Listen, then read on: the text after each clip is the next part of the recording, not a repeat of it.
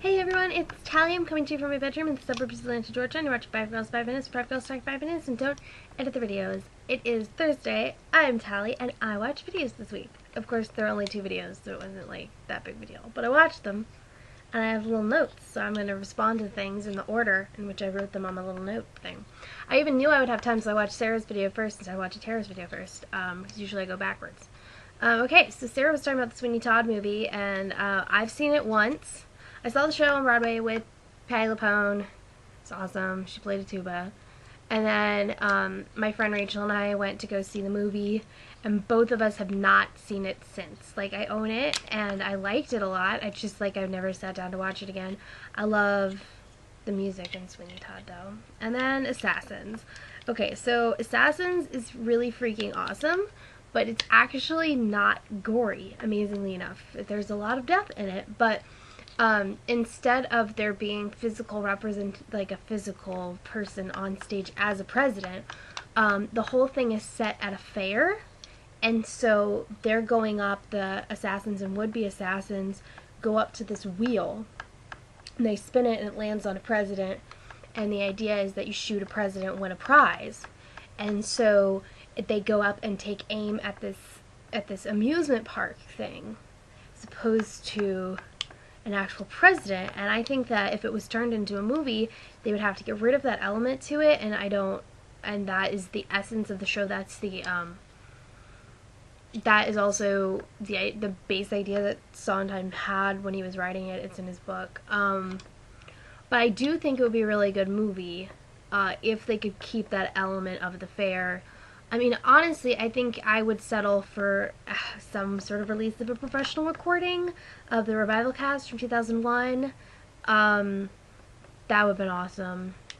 But yeah, it's really interesting. I've never seen it, obviously. I've seen clips from it, and I also did like kind of a read-through once, we had the script in our library, so I read the script as I listened to the cast recording to kind of like experience the whole show. So yeah.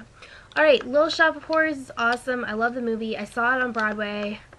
I forget who was in it, but it was one of the first things Rachel and I bonded over, was that we had both seen Little Shop of Horrors. I really liked it. It's not like my favorite musical, but I think it's really good musical. Okay. Then Sarah was talking about little things, like some of the stuff Louise has done for her, which I already told her on LiveJournal is like super sweet.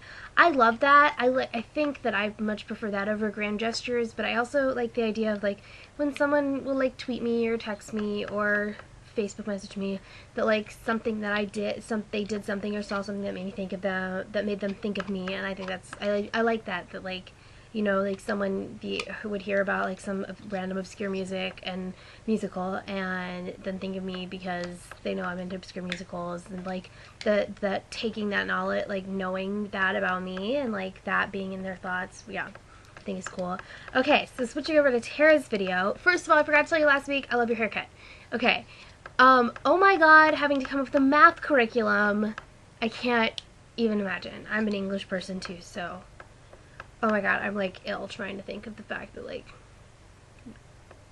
see, the reason, like, I always wanted to be a teacher, but like I always thought it would be fun to be, I always kind of like wanted to be a teacher, but like the whole issue for me was that I wanted to teach elementary school, because if I was teaching, I would be probably teaching English, and I don't want to have to like do all sorts of like in-depth crazy analysis.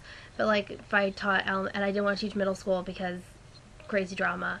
But then if I taught elementary school, I might have to teach math, and that would have been a problem.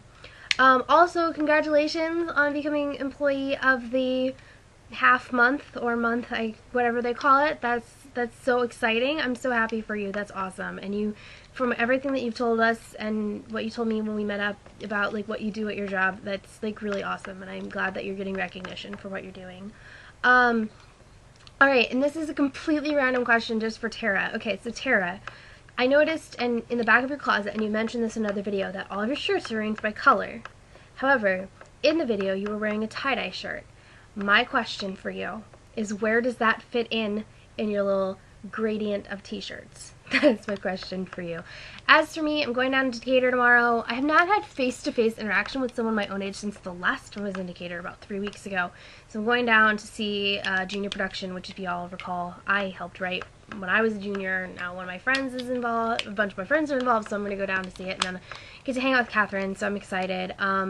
So I guess my question is, what is your breaking point in terms of social interaction? Like, at what point do you start to go a little bit stir crazy by not seeing anyone? Like, I mean, I've seen people and I talk to people, but, like, not having interaction with my face-to-face interaction with my friends. Like, I've become, like, the most needy, awful friend lately. I've just been texting and emailing and Facebooking people constantly because it's just like, Tom, someone talk to me. I need to, like, see people. All right. So anyway, that's my question. I hope everyone has a great weekend, and I will see you all next Thursday.